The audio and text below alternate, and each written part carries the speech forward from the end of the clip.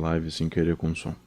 Então, esse trecho aqui que a gente vai assistir é Moradia para Todos no Comunismo, do Ian Neves, tá, da participação dele no A Deriva podcast. Vamos ver como vai ser. O mecanismo que permite a exploração principal do capitalismo é a propriedade privada. E aí, vamos lá, o que é propriedade privada? Vamos entrar nesse mérito, né? Propriedade privada não é o seu Corsa, não é a sua casa. Propriedade privada para os marxistas tem uma definição bastante específica. A propriedade privada é a livre disposição do trabalho de outra pessoa. Essa é uma definição abstrata. Essa definição sequer é do Marx, é uma definição dos economistas liberais. O que isso quer dizer? Quando nós estamos falando de propriedade privada, nós estamos falando da propriedade privada dos meios de produção, dos meios do trabalho. O que significa a livre disposição do trabalho de outra pessoa? Os burgueses detêm os meios de produção, ou seja, fábrica, energia, mesmo a mão de obra, matéria-prima. As pessoas que trabalham não têm acesso às ferramentas necessárias para produzir. E aí a burguesia, por ter a propriedade privada desses meios, controla a força de trabalho do proletariado. Então, essa definição é importante porque quando nós falamos em propriedade privada, nós estamos falando na propriedade privada aplicada à exploração do trabalho. A propriedade privada de fábricas, de terra, mesmo de uma certa forma, de imóveis, que é uma transferência também do trabalho alheio para si. Então ele apresenta aqui uma definição particular ali do que seria propriedade privada, não tem o mesmo sentido dos libertários, por exemplo, né, de propriedade privada, que seria a detenção dos meios de produção. Isso é uma propriedade privada, né? Então é isso que seria confiscado num governo socialista, comunista, etc. A propriedade privada, para ela se tornar propriedade privada nos nossos termos, e o que a gente quer abolir é deter os meios de produção e aplicá-los para explorar o trabalho de outra pessoa. Como com o imóvel cai nessa característica? Se você detém, por exemplo, os imóveis e você aluga para pessoas, você está apenas alugando o espaço e a pessoa está te pagando. Ela está transferindo o trabalho dela para você. Ela ganha dinheiro com o trabalho dela e ela transfere para você. Por quê? Porque você detém aquele meio. Mas ela... Aqui é bem sutil, né? Mas tem um argumento, um Sorites, né?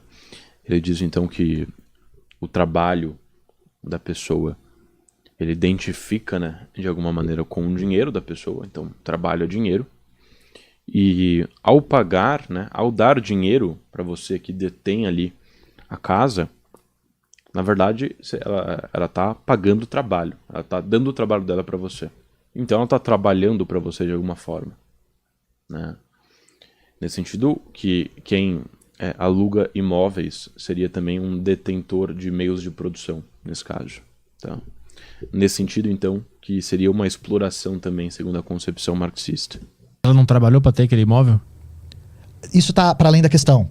A questão é, mesmo se a pessoa trabalhou para ter um meio de produção, isso não justifica ela utilizar esse meio de produção para explorar outras pessoas. Tá, então, mesmo que ela tenha conquistado de forma suada um meio de produção, aí, né, o argumento dele se aplica tanto a um imóvel quanto a uma fábrica, ou uma empresa, ou qualquer coisa. Mesmo que, não importa, né, a maneira como você conquistou isso, sendo um meio de produção, você não pode usar isso para explorar outras pessoas, né? Então não importa como você conseguiu, segundo a concepção dele. O problema está na exploração das outras pessoas. É aí que reside fundamentalmente o problema, né, e a crítica marxista. Porque isso entra num argumento de mérito. Uma vez que eu trabalhei para ter esse meio de produção, eu tenho o direito de explorar as outras. A do meio de produção de algum produto, de um carro, da terra, eu consigo acompanhar a lógica. Do imóvel eu não consigo entender ainda. O imóvel, ele é uma coisa que confunde muitas pessoas, porque quando a gente fala em propriedade privada, porque casa tem titularidade, né? Você tem o título da sua casa é própria, as pessoas acham que todas as casas vão virar do Estado. Primeiro... Tá, calma aí. Antes da gente chegar nesse ponto, em relação à dúvida do Petri, é muito simples, né? Veja que eu não estudei muito aprofundadamente o marxismo, mas não preciso, né? Basta você aplicar lógica aqui nesse caso. Então ele está dizendo que é um meio de produção, né? O imóvel que você aluga, né? Por quê? Justamente por conta dessa identificação do dinheiro com o trabalho, né? Dinheiro é trabalho, trabalho é dinheiro e assim por diante. E assim sendo, qual que seria a diferença, né? Nesse aspecto específico entre você ter uma fábrica e você uma pessoa trabalhar para você ali, né? Dar o trabalho dela para você, do caso de você alugar um imóvel para uma pessoa e ela dar o dinheiro para você, sendo que você identificou previamente trabalho com dinheiro. Então, partindo dessa identificação, onde trabalho e dinheiro, né, são equivalentes, se a pessoa, né, por conta de um meio de produção seu, te dá trabalho ou te dá dinheiro, dá na mesma. Você é um detentor de meios de produção, né, produção de trabalho ou de dinheiro. E assim sendo, então, a crítica dele se aplicaria. Tá? Então, desde que você assuma essa identificação entre trabalho e dinheiro, a lógica se aplica aos dois casos. Aí é questão de você concordar ou não, né, com a lógica marxista e comunista. Tá? Sua casa é própria, as pessoas acham que todas as casas vão virar do Estado. Primeiro, não vai virar. Segundo, não virou. No caso da União Soviética, por exemplo, a maior parte das pessoas não tinha casa própria na Rússia antes. Só que se você tinha, depois da Revolução, a casa continuou sendo sua. O que você não podia fazer? Você não podia alugar sua casa para outra pessoa. Sua casa é sua e você que tem que usar. Ela é sua. Isso é estranho. Você não... Porque se você aluga sua casa para outra pessoa, você tá explorando o trabalho dela. A pessoa trabalha, ganha dinheiro e transfere para você pelo direito de poder morar na casa que você tem. Mas não é uma livre negociação entre duas pessoas? Eu aceito te pagar pelo imóvel que tu tem e eu quero morar lá. Então, o Petri, ele não... A resposta dele aqui não é exatamente um questionamento em relação ao ser ou não uma exploração, mas um questionamento ao seguinte aspecto. É uma exploração concedida por parte, né, do trabalhador, nesse caso, que quer alugar um imóvel. É uma coisa que ele quer fazer. Então, se mesmo que se assuma, no ponto de vista aqui do Petri, que é uma exploração, ainda assim é uma exploração que o trabalhador aceitou. Né? É uma livre negociação. Então não teria problema, segundo o Petri, porque o trabalhador ele tem o direito de... Ele tem essa liberdade. Né? O quão livre é se você não tem escolha? Então ele questiona se isso realmente é livre. Se você não tem mais nenhuma escolha, você só pode fazer isso. Se você só pode alugar esse imóvel, né? Ou se a sua única opção é alugar imóveis. Então isso não é uma questão de uma livre escolha, porque você não tem outra opção. Segundo ele. Ou você paga esse aluguel ou você mora na rua. Isso é uma livre escolha? E aí o que aconteceu? Mas é que não é assim. Aí aqui a questão é a definição de liberdade. Né? Como que você define a liberdade? Em certas definições de liberdade, né? Veja, nessa acepção que ele toma de liberdade, nós não somos livres em absoluto, nunca. Em nenhum caso. Porque, por exemplo, você tem a opção de não morrer, você não tem essa opção. Então você não é livre. Né? Se a sua única oportunidade é né? Se a sua única alternativa é morrer, você não tem a liberdade de escolher entre morrer e não morrer. Se você não tem a liberdade entre voar e não voar, então você não é livre, porque você não pode decidir isso aí.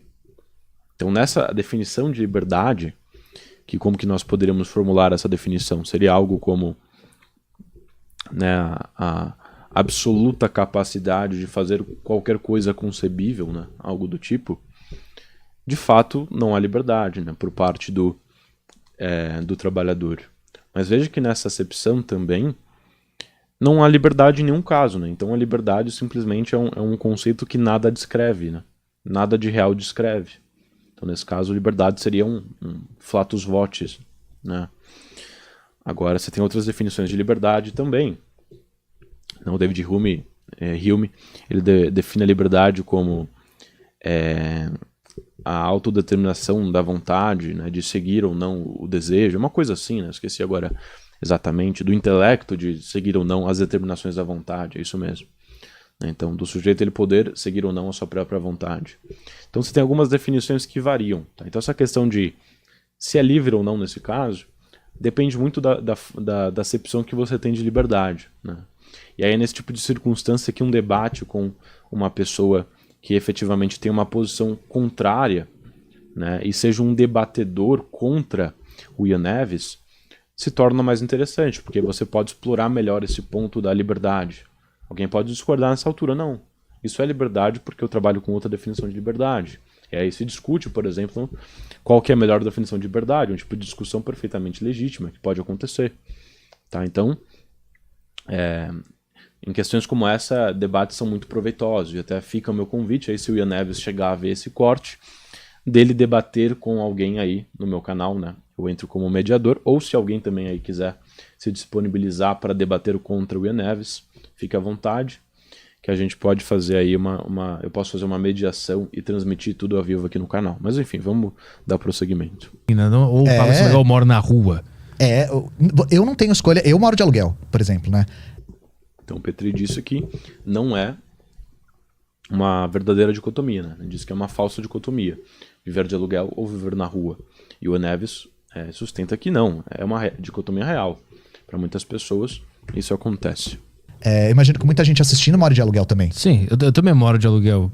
A questão é, as pessoas que detêm a propriedade privada dos imóveis cercam isso de maneira que você não tem opção a não ser pagar o aluguel para essas pessoas. Porque a maior parte das pessoas não consegue ter casa própria. Não consegue comprar a própria casa, né? Tem que financiar em muitas prestações e tal. Aluga do banco, né? Acaba alugando do banco. Também, o banco, mesma coisa, né? O banco lucra muito em cima disso. Uhum. E aí, a ideia é acabar com esse tipo de exploração do trabalho. Pois é, mas eu tô pensando na mulher que é a dona da casa que eu alugo. Eu não consigo ver ela como essa exploradora. Então, nessa altura aqui, parece que o Petri ele concede, não? Então pelo menos deixa passar nesse ponto. E aí ele, né, aponta pro caso da pessoa que aluga a casa onde ele mora e não consegue ver ela como uma exploradora, né? Então que ele traz um aspecto emocional, né, na percepção dele mesmo da situação. E lembrando, emoção num debate racional não é problemático necessariamente, né? Uma emoção não necessariamente ela é conflitante com a razão. Ela pode ser, né? Ela pode estar do lado da razão.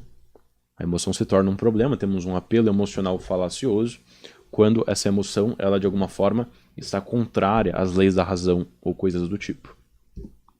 Aí, isso é uma coisa importante. Eu lembro que você perguntou pro Gustavo, eu fiquei pensando se eu exploro alguém, né? A gente não tá fazendo juízo. Não é juízo de valor. Não é falar assim, você é malvado porque você explora. A gente tá descrevendo uma dinâmica. Tá? Uma dinâmica entre a transferência do fruto de um trabalho de uma pessoa para outra, através do mecanismo da propriedade privada. A questão é, eu não tô fazendo juízo de quem aluga imóveis, gente. É bom deixar isso claro. Se a pessoa trabalhou a vida inteira, compra um imóvel e aluga ele para poder ter uma aposentadoria, normal. Isso acontece direto. Não sei se é o caso da pessoa que aluga a casa para você, mas acontece muito. Pessoas mais velhas trabalharam, aí eles compram imóveis e alugam os imóveis para ter uma espécie de aposentadoria extraoficial, digamos assim. A gente almeja uma sociedade no qual isso não seja necessário. Que as pessoas tenham acesso a uma aposentadoria digna. Mas não sei. Então, ele se mostra compreensivo, né, com aquelas pessoas que precisam, de alguma forma, recorrer a esse meio de exploração, né, na linguagem dele. Então, ele se mostra compreensivo a essas pessoas que, dentro da conjuntura atual, né, do contexto atual, precisaram se valer desse mecanismo de exploração por meio dos meios de produção, né, da detenção dos meios de produção. Se mostra compreensivo em relação a isso. E diz, né, que a ideia do comunismo é fazer com que isso não seja necessário. Isso não precise acontecer. Você não precise recorrer a esse tipo de tática ou estratégia, né? Então isso é uma argumentação perspicaz, bem retórica, né? Porque ele tenta evitar qualquer associação negativa por parte dele a uma violência contra pessoas que às vezes também são vítimas, né, de muitas coisas, de muitas explorações também. Então ele só, né, supostamente propõe um sistema onde essas medidas não sejam necessárias. Seria melhor uma sociedade onde todo mundo tem a possibilidade de construir a sua casa e ter outra e poder alugar para alguém que está começando a vida agora, e essa pessoa trabalha também e aí constrói a sua casa. Não é melhor que todo mundo possa fazer isso se quiser? Então o Petri ele traz aqui um cenário diferente já, onde, ora, se o problema, né, do sujeito ali para conseguir ter uma moradia era ele só ter duas opções, morar na rua ou alugar um apartamento, uma casa. E a solução que traz o Ian, então, seria acabar com esse mecanismo de alugar imóveis. O Petri, ele, né, propõe um cenário alternativo onde você acaba, pelo contrário, com essa incapacidade por parte de um trabalhador de comprar um imóvel, por exemplo. Então aqui a proposta dele não é, né, aquela coisa de nivelar por baixo para todo mundo estar no mesmo nível, mas de nivelar por cima, né, onde todos possam comprar imóveis, onde todos possam alugar imóveis. Então, se o sujeito pensa que, mesmo ele podendo comprar um imóvel, ele ainda considera mais benéfico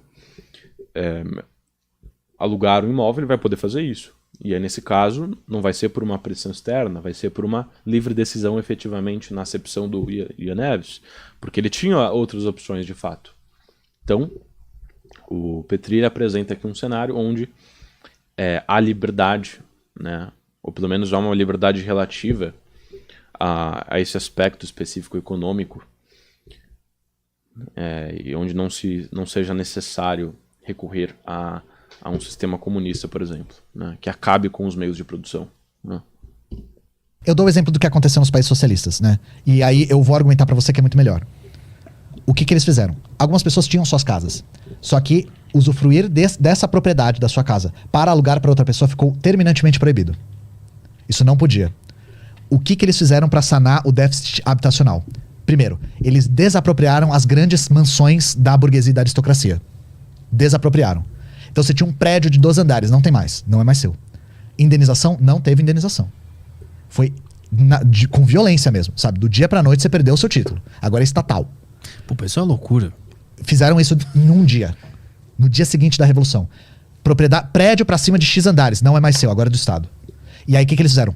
Lotaram de trabalhador. Encheram de trabalhador. Que trabalhava em fábrica, trabalhava no campo, trabalhava em todos os lugares, assim. E aí eles começaram a construir casas que eram propriedade do Estado. Qual era a grande vantagem de ter as casas construídas pelo Estado na mão de um Estado proletário, né? De um Estado que não é... Porque o Estado tem caráter, tá, gente? Não basta ser do Estado, tem que ser um Estado com o caráter proletário. Os aluguéis não passavam de 5%. Não basta um Estado inflado, tem que ser um Estado inflado proletário, né? E o proletário, no entendimento dele e dos marxistas, né, o comunismo, né? O socialismo. Então, imagina, e não é nem só o aluguel. Somado, aluguel, água, luz, aquecimento, que a Rússia é muito fria, não passava de 5%. Os aluguéis mais baratos, que eram onde as pessoas mais pobres viviam, não passava de 2%. Então o Estado cobrava um aluguel. Cobrava aluguel. Não é uma contradição? Não, porque isso tem a ver com enxugar a liquidez da economia, né? Tem a ver com diminuir a circulação da moeda para isso não gerar inflação, não gerar choque de demanda e tal. Tinha a ver com essa dinâmica. Na evolução do socialismo, a ideia era não cobrar mais. Um exemplo. Então, aqui realmente não parece existir uma contradição, porque a ideia aqui é que pessoas privadas não detenham, né, os meios de produção. O Estado poderia deter os meios de produção, né? Acredito que pelo menos numa fase intermediária, segundo a concepção marxista. A Coreia não cobra. Não existe aluguel na Coreia. Sabe o que também não existe na Coreia? Imposto. Não existe impostos na Coreia. Porque a Coreia conseguiu chegar num estágio de desenvolvimento da sua economia que não é mais necessário enxugar a liquidez da economia com impostos. Então, a ideia é caminhar em direção a isso, né? Mas como se sustenta esse país que não tem... Ninguém tá pagando aluguel e não tem imposto? Como é que isso fica em pé? A questão é a seguinte. O Estado não é financiado por impostos. E isso é uma das grandes falácias que a economia liberal prega, de que nossos impostos financiam o Estado. Isso não é verdade, tá? Nossos impostos, o Estado não precisa dos nossos impostos. Por quê? Primeiro, quando você paga impostos, você paga em real, né? É uma tese, então, de que os Estados não precisam, né, dos nossos impostos. Vamos ver a exposição da tese dele. Paga seus impostos em real. Da onde vem esses reais? Do Estado. O Estado emite. E o Estado emite todos os dias, tá? O Estado emite e destrói moeda o tempo todo. Então, para que existam reais em circulação, para que você possa pagar os seus impostos em reais, o Estado tem que primeiro emitir esses reais. Então, primeiro o Estado emite, depois ele cobra. Pega de volta depois. O Estado primeiro emite a moeda a moeda fiduciária, que é a moeda baseada em confiança, né, no Estado, emite essa moeda, e para garantir que essa moeda esteja em circulação e seja aceita, um dos mecanismos é o próprio imposto. Por que você usa o real e não usa, sei lá, kwanzas, sabe? Não usa garrafas de água para pagar? Porque o Estado te cobra impostos em reais. Então ele força essa moeda a estar em circulação. Esse é um mecanismo. Outra coisa, o Estado cobra impostos para enxugar a liquidez da economia, para tirar moeda de circulação. Isso tem a ver com a saúde da própria economia. Pra voltar pro cofre público. Não volta, é destruída essa moeda quando ela é recolhida. Ah, ela é destruída? Ela é recolhida, destruída e o Estado emite de novo. Porque dá a ilusão, quando a gente fala cofre, dá a ilusão de que quando a gente paga o imposto, o Estado pega o dinheiro e guarda no baú. E quando ele precisa para financiar alguma coisa, ele abre o baú e tira o dinheiro. Não é assim que funciona. O Estado tira moeda de circulação e depois emite mais moeda. O Estado está emitindo e destruindo moeda o tempo todo. Porque, novamente, o Estado não é a sua casa. A economia da nossa casa é contabilizada desse jeito. Se a gente não tem a moeda lá, a gente não consegue pagar. A gente não consegue emitir. Mas se eu tivesse uma máquina de dinheiro, eu O Estado emite. O Estado pode emitir moeda. Entendi. Ele tem a capacidade de emitir. E, inclusive, essa coisa de que a expansão da moeda é algo ruim para a economia é uma coisa que não se verifica, porque a própria dinâmica de expansão do capitalismo demanda uma moeda que consiga se expandir também. Expansão da moeda é imprimir dinheiro. De expandir a base monetária, né? Ampliar a quantidade de moeda em circulação. Tá. A expansão do capital demanda essa expansão da moeda por si só. E nesse momento deve ter um monte de economista liberal tirando a calça pela cabeça, né? Porque muita gente ainda defende com isso dentro que sim, o Estado é financiado pela moeda, o Estado é financiado pelos impostos. E não é, tá, gente? Isso não se verifica, isso não faz o menor sentido. O Estado emite a própria moeda, ele não precisa dos nossos impostos para se sustentar. A exemplo da Coreia. A Coreia é uma economia que se sustenta sem impostos, porque ela não precisa de impostos para se sustentar. Aqui entram em questões econômicas que não é interessante para nós avaliarmos, né? Aqui, no âmbito lógico, não tem nada de muito aproveitável para a gente analisar aqui nesse caso, a não ser que nós lidássemos com um argumento mais bem formalizado, né? Numa estrutura canônica perfeita. Não é assim que a economia do Estado funciona. Mas aí como é que ela imprime o dinheiro e usa ele, é isso? Sim, e aí como boa parte por exemplo, da circulação de mercadorias passa pelo aparato estatal, quando você compra alguma coisa no mercado, o dinheiro volta pro Estado. Então, isso é um imposto, né? Mas Como assim, não, eu tô me confundindo todo agora. Eu não tô entendendo essa... Como que a Coreia enxuga Porque se você for jogando moeda, né, e deixar ela em circulação sem recolher, aí isso pode dar um choque de demanda, né? A questão é, quando você vai no mercado da Coreia comprar, essa moeda muitas vezes volta pro Estado, porque o mercado é gerenciado por um aparato estatal. Ah, porque ela mesma produz a parada, então a questão ela é o dono da... entendi. Boa parte dos mercados são estatais, sabe? E aí quando você vai no mercado comprar, você paga essa moeda esqueci qual é a moeda da Coreia agora. Você paga essa moeda pro mercado, essa moeda volta pro Estado. Tá. E aí é a mesma dinâmica, sabe? De recolhimento, destruição e emissão de moeda. Mas a ideia é... Dá pra gente chegar numa economia que tem uma estrutura que não cobra impostos. No caso da União Soviética, eles não conseguiram chegar nesse estágio de desenvolvimento. Mas aí se tudo for produzido pelo Estado. Não necessariamente se for produzido pelo Estado, né? Mas com uma economia fortemente controlada por um Estado revolucionário, aí é possível. É possível. E não é a primeira vez que isso acontece. Outro país que teve uma experiência que não teve impostos foi a Albânia. A Albânia socialista não tinha impostos também. Foi o primeiro país socialista a abolir os impostos. Isso já na década de 70. Mas aí como é que fica a qualidade do serviço, a qualidade dos produtos, a inovação dos produtos, se é só o Estado que tá fazendo tudo? Então, Aqui entra num outro ponto, então, né? Que se poderia argumentar, então, que na prática isso não pode acontecer, né? Só teoricamente, mas ele traz aqui casos onde isso aconteceria. E aí o Petri traz aqui a questão da inovação tecnológica, científica, né? Como que isso ficaria? Colocando implicitamente que a motivação para esse tipo de coisa acontecer, pelo menos a principal, ou uma das mais relevantes, é financeira, né? Uma das coisas que eu gosto de falar a respeito disso é: se a gente não tiver incentivos econômicos, não se faz mais ciência. Gente, vocês já conheceram um cientista no Brasil? Me dá uma razão para ser cientista no Brasil. Porque, assim, incentivo econômico é que não é. Não é só o incentivo econômico que impulsiona a demanda das pessoas por serem cientistas, tá? No Brasil, a ciência está sendo destruída, subfinanciada, os cientistas trabalham de maneira extremamente precarizada e eles ainda existem. Sim. Outra coisa, a própria realidade entra em contradição com isso.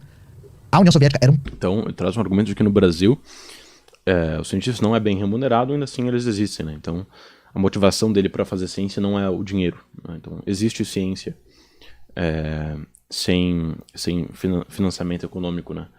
Muito elevado. Aí entra a questão, né? Ok, mas tem acontecido inovações científicas e tecnológicas no Brasil, né? Porque se não tiver, o argumento dele não se aplica, né? Não funciona, não responde à questão. É uma fuga da questão. Não bate, né, no ponto específico que foi levantado. Acaba sendo até uma falácia do espantalho, né? Então, né, é uma objeção que poderia ser feita aqui nesse caso, nessa altura. Né? Aí é o tipo de situação onde informações materiais têm muita importância para determinar quem está certo ou quem está errado, né? Nessa argumentação. Apenas a lógica sozinha, isolada, pura, não é suficiente para analisar esse argumento, né? Polo no desenvolvimento científico. Por quê? Pesados investimentos estatais. A mesma maneira que todos os países capitalistas fizeram. Sim, que a ciência é uma área muito específica e muito importante, que eu entendo que tem que ter um financiamento do Estado, mas quando a gente fala de um mercado, por exemplo, que o serviço daquele mercado vai ser prestado pelo Estado, os produtos que estão lá vão ser criados pelo Estado. Aí como é que... Por que esse mercado vai ser melhor que o outro no atendimento, na qualidade do queijo, sei lá? Não é tudo que é feito pelo Estado, né? Não é tudo que é feito, mas boa parte era feito, né? Isso é só uma questão da Coreia, por exemplo. Sim. E não são todos os mercados na Coreia que são estatais, né? Mas alguns são na União Soviética também eram. Dá pra ter um mercado privado? Dá pra ter um mercado cooperativo, né? Dá pra ter, porque aí o mercado privado é o dono do mercado, explora o trabalho de todo mundo, e novamente, exploração, não tô falando fazendo juízo, tô falando de que ele tem o controle do fruto do trabalho dos outros e paga salário pros outros, né? E, novamente, se tem salário, tem exploração. Não é juízo, é uma dinâmica do trabalho, tá? Se tem salário, existe transferência do trabalho de uma pessoa para outra. Porque o salário ele não é calculado a partir da quantidade de trabalho. Ele é calculado com preço de mercado. É outra lógica, né? Mas qual que era a pergunta mesmo? Esqueci. Qualidade dos produtos. Então, essa coisa de qualidade dos produtos. É mais uma tese marxista aqui, então, né? De que se tem salário, há exploração de toda forma, né? Também uma tese um pouco solta, não tem muito o que ser decomposto logicamente aqui falando. Cara, a própria realidade entra em contraste com a ideia de que se nós tivermos um livre mercado, isso por si só fomenta a inovação. De fato, ter um livre mercado estimula a inovação no que diz respeito à acumulação de capital. Se essas coisas andam de mãos dadas, inovação técnica e demanda por acúmulo de capital, eu ainda acho difícil de acreditar, porque... Tá, então ele começou a expor bem aqui a questão, né? Então ele concorda que a questão do acúmulo de capital incentiva as pessoas de alguma forma. As pessoas realmente querem acumular capital. Agora, se isso, né, se a inovação tecnológica está aliada a esse desejo por acúmulo de capital, ele questiona, né? E realmente, o ponto está tudo centrado nisso. Se há uma equivalência, né? Se as coisas andam de mão dadas de fato na realidade ou não. Tá, então esse ponto aqui é central de fato para a discussão. Novamente, nas experiências socialistas, no qual agora ele vai trazer evidências para corroborar que não andam de mãos dadas, né, no caso. Essa dinâmica de acumulação de capital sequer era possível. Nós vimos um avanço na qualidade do fornecimento dos serviços mesmo, e na qualidade da própria mão de obra, através de outras dinâmicas. Então, por exemplo, uma das maneiras de fazer com que a qualidade do trabalho subisse era remunerando o trabalhador de maneira adequada. Porque uma das coisas que no capitalismo a gente não consegue observar é, não importa quanto você trabalhe no seu trabalho assalariado, você pode nunca subir, você pode nunca ser recompensado. É aquela coisa de não trabalhe mais do que você deveria, porque você só vai acumular trabalho e não vai ser recompensado, sabe?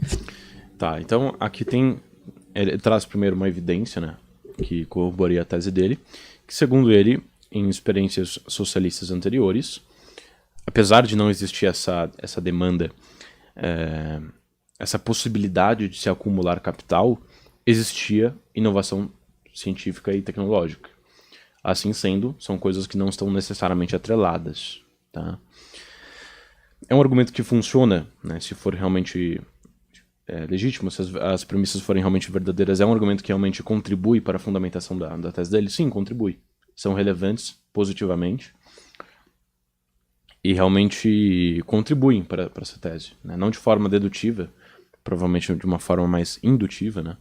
Mas realmente contribui, tá? Aí entra mais uma vez a questão da verificação material desse ponto. Não ofereça ajuda porque alguém pode aceitar. É aquela coisa. Uma das coisas que a União Soviética fez... Ah, sim, outro ponto que eu ia dizer aqui, nessa altura em relação à remuneração, né? Ele tinha se posicionado contra a remuneração, porque isso seria uma exploração, e aqui ele citou uma possibilidade que envolve acréscimo de remuneração nesse caso, né? No caso do trabalhador trabalhar melhor, né? Isso parece retornar um pouco no modelo que nós já temos, né? Meritocrático até, né? Então vamos ver se ele vai lidar mais à frente com essa aparente inconsistência. Vamos tentar recompensar quem trabalha duro. E aí, só que isso na dinâmica do trabalhador e não do proprietário.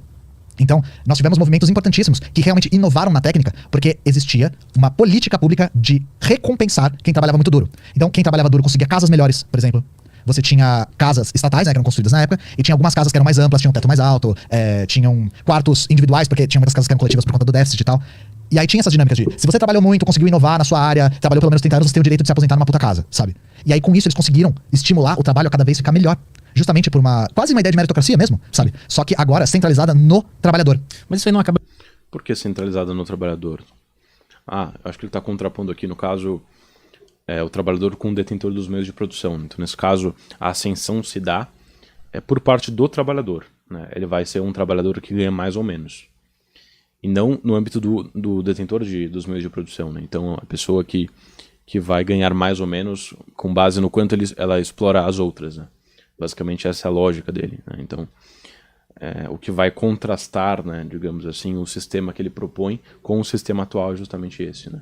Você ainda não tem a possibilidade, por exemplo, de um trabalhador, meritocraticamente falando, ascender tanto por conta da qualidade do seu trabalho, que chegue num ponto onde ele começa a explorar outros trabalhadores. Isso não poderia acontecer, né? Então isso que distinguiria os dois sistemas, né? Virando a mesma coisa que a gente tem no capitalismo, só que tem um cara decidindo, pô, trabalhou bem, vai morar melhor. Primeiro que não quem tá decide decidindo, isso? né? Quem é que decide isso? Então, a gente tem a ilusão. Então Petri faz uma analogia, né? Uma equiparança, na verdade, não chega a ser uma analogia, uma equiparança entre esse sistema e o nosso atual, né? Então, por que decidir por esse novo? Isso é um grande equívoco, tá? Experiências socialistas e estados socialistas não são geridos por uma pessoa só. Não são, de nenhuma forma. Eu dei o exemplo da Coreia. A Coreia tem divisão de poderes, o líder se chama líder supremo porque ele é líder da Assembleia Suprema. Da mesma maneira que a gente tem um Supremo Tribunal Federal, que os Estados Unidos têm a Corte Suprema. Supremo significa que é a última instância, só. Não significa que ele é um Deus que voa e não sangra, Sabe, sabe? mas ele não vai decidir onde eu vou morar. Não, mas não é nem ele que decide. Nenhuma desses órgãos vão decidir onde eu vou morar. Não, a questão é a seguinte.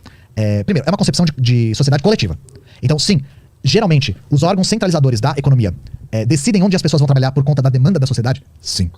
Sim. Só que isso tem a ver com a ideologia da construção do socialismo, que é, nós todos precisamos trabalhar em coletivo para construir uma nova sociedade. Tá, então é que ele estava focando mais na questão de ser uma pessoa que decide isso ou várias pessoas.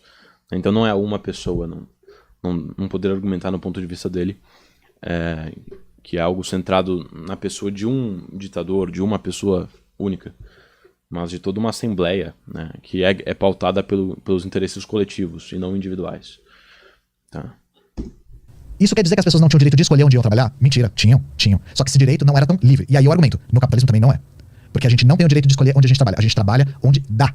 Algumas pessoas têm esse direito e isso cria a ilusão de que esse direito é livre. Mas é melhor ter alguma. Tá, então ele relaciona com o capitalismo dizendo que também não há essa liberdade no capitalismo, né? Então, mais uma analogia que ele faz, né? Já tinha feito uma outra analogia, se não me engano no outro corte que a gente analisou com o capitalismo, aqui é uma outra analogia que ele faz, então equiparando o nosso sistema atual, né? Então, qualquer crítica a esse modelo por conta desses fatores não funcionaria porque esses fatores já existem na nossa realidade atual também. Esse é o pensamento aqui do Ian Neves. Umas do que nenhuma? No socialismo também tem algumas. É melhor ter algumas do que nenhuma? Mesma coisa. Lá... alguma liberdade ou nenhuma? Qual que é melhor, né? Então ele argumenta que também no socialismo também há alguma liberdade, né? Algumas escolhas possíveis. Tinha também. A questão é, a maior parte dos trabalhadores tinha que trabalhar onde tinha trabalho para ser feito. Mesma coisa aqui, só que com outra dinâmica, com outra leitura, né? A questão é, primeiro, se erradicou o desemprego, né? O que é uma coisa que a gente ainda tá pra ver nas experiências capitalistas do desemprego, mesmo quando ele atinge pleno emprego, ele rapidamente retorna, porque isso entra em choque com a acumulação de capital. O desemprego é necessário pro capitalismo. Ele faz parte da dinâmica interna do capitalismo, né? Segundo, não é uma pessoa que decide o que você vai fazer. Não é uma pessoa. Esses estados socialistas, essas experiências socialistas, têm uma dinâmica de democracia direta que a gente nem sonha. Inclusive, a gente nem sonha a ponto da gente nem saber que isso existe, nem saber que isso é possível. Por exemplo, de que maneira a gente consegue influenciar as políticas públicas no Brasil? Votando. A gente pode votar, correto? O que mais? A gente pode votar, né? Só isso. No máximo, a gente pode fazer um referendo, um plebiscito. Sabe quando foi o último referendo no Brasil? 2005. Foi qual? O desarmamento. Lembra do desarmamento? Não respeitaram. É que o pessoal votou contra, na real, né? Votou contra a política do desarmamento, né? Não, ganhou a favor da arma. Eu lembro Ganhou a favor da arma, votaram contra o desarmamento. Isso, e aí não foi respeitado mesmo assim. Então, pra você ver, né? Então, a gente tem mecanismos muito pobres de democracia direta. Nas experiências socialistas, para uma experiência ser configurada como socialista, é imprescindível que a classe trabalhadora tenha poder sobre as políticas públicas. E tem. Então ele está questionando aqui também a questão da centralização do poder, né? Ele diz que o nosso regime atual democrático, você não tem, a população, né, não tem influência nas políticas públicas. No regime socialista, por mais que na perspectiva do Petri não exista essa influência, o Ian argumenta que existe sim uma influência popular ainda mais forte do que na democracia direta nas políticas públicas, né? Então, agora ele faz uma equiparança entre os dois sistemas, mas até coloca o sistema comunista / socialista como superior nesse aspecto. Tem. Não é à toa que a União Soviética se chamava União Soviética. Soviete, em russo, significa conselho. O que a Rússia fez? Durante a primeira Revolução Russa, que foi em 1905, não foi em 17, foi 5 a primeira, foi derrotada. Se formam esses sovietes, que eram conselhos de fábrica para gerir os próprios interesses dos trabalhadores. Isso surge de forma espontânea. Os comunistas veem um exemplo de criatividade trabalhadora imenso nos sovietes e enxergam nos soviéticos a pedra angular da democracia socialista. Então a ideia era, nós temos órgãos de representação trabalhadora a nível local que vão subindo até o nível nacional, digamos assim, supranacional. Porque tinha várias nações na União Soviética. Então, nós tínhamos os deputados operários eleitos a nível local, que representavam seus interesses. Eles eram eleitos, por sua vez, a nível regional, depois nível distrital, até chegar no Soviete Supremo. Então, a demanda vinha de baixo para cima mesmo. As pessoas tinham a capacidade de influenciar as políticas públicas de maneira cotidiana. As pessoas eram convidadas a participar da política de maneira cotidiana. E as experiências socialistas todas reproduziram um modelo semelhante. A Coreia tem isso. A Coreia tem conselhos locais nas fábricas de pessoas, de operários, que gerenciam seus próprios interesses perante o Estado. Porque a ideia é que o Estado se torne... Aqui também é mais uma questão de argumentação que entra no âmbito muito material, né? Dos fatos concretos mesmo, do que aconteceu e do que não aconteceu. E aí um debatedor que conhece bem a história desses países seria muito importante, né, nesse debate. Porque aquela coisa que eu sempre falo para vocês, que eu já falei para vocês, né? Você argumentar de forma válida, na verdade, é o mínimo que se requisita de um ser humano. Né? Você ter raciocínios válidos, raciocínios que não se contradizem, que não contradizem os princípios primeiros, raciocínios cujas premissas implicam na conclusão. Isso é o básico da razão humana. Todo mundo deveria saber fazer minimamente isso, né?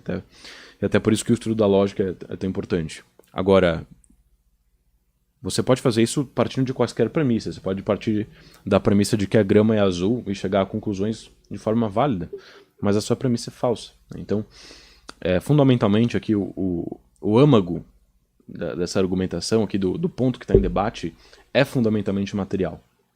Aqui na perspectiva lógica, né? Não estou falando material no sentido marxista. Então, para esse tipo de debate seria muito relevante você ter, né? Debate não, porque isso aqui não é um debate, né? Mas para você conseguir analisar isso aqui, enriquecer realmente essa conversa, esse diálogo, uma pessoa para debater contra o Ian Neves, que tivesse esse conhecimento específico, seria muito interessante, né? E por isso que fica mais uma vez o meu convite para o Ian Neves e para quem quiser debater contra ele, para virem aqui no canal e eu mediar o debate, e a gente conseguir fazer uma coisa rigorosa e produtiva, né? Um órgão meramente administrativo, que o poder emane dos operários. Só que enquanto... dos operários e trabalhadores, né? Só que enquanto nós tivermos um cerco imperialista, aí é necessário que exista um Estado que centralize os interesses da nação, por exemplo, priorizando a indústria pesada, a indústria militar, para a proteção da nação. A gente ainda não tem o direito dessa autogestão por conta dos ataques externos. Tá, então, ele conclui naquela questão toda de que da distinção, né, entre as fases intermediárias e a fase final, né? Que a gente teve acesso somente a fases intermediárias sempre, né? Não fases finais. Apenas fases finais, né, em pontos específicos, né, do regime comunista. Mas enfim, foi esse o corte basicamente, tá? O Ian Neves, ele argumenta realmente muito bem, tá? Ele tem uma capacidade de raciocínio realmente boa, realmente de qualidade, tá? Não se mete em falácias formais, né, de forma tão fácil. Toma cuidado em relação a isso, sabe construir argumentos de forma sólida.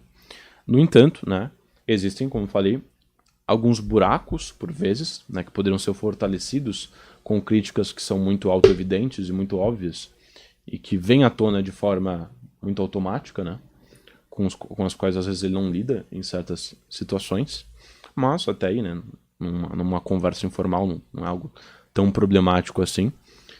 Só que realmente seria muito interessante a gente analisar um debate dele contra um defensor do capitalismo, um liberal, um libertário, né, um monarquista, enfim, alguém, né, que se posicione contrário ali ao socialismo e ao comunismo, tá? Mas, basicamente, esse foi o nosso vídeo, né, pessoal? Então deixa o like aqui embaixo, por favor.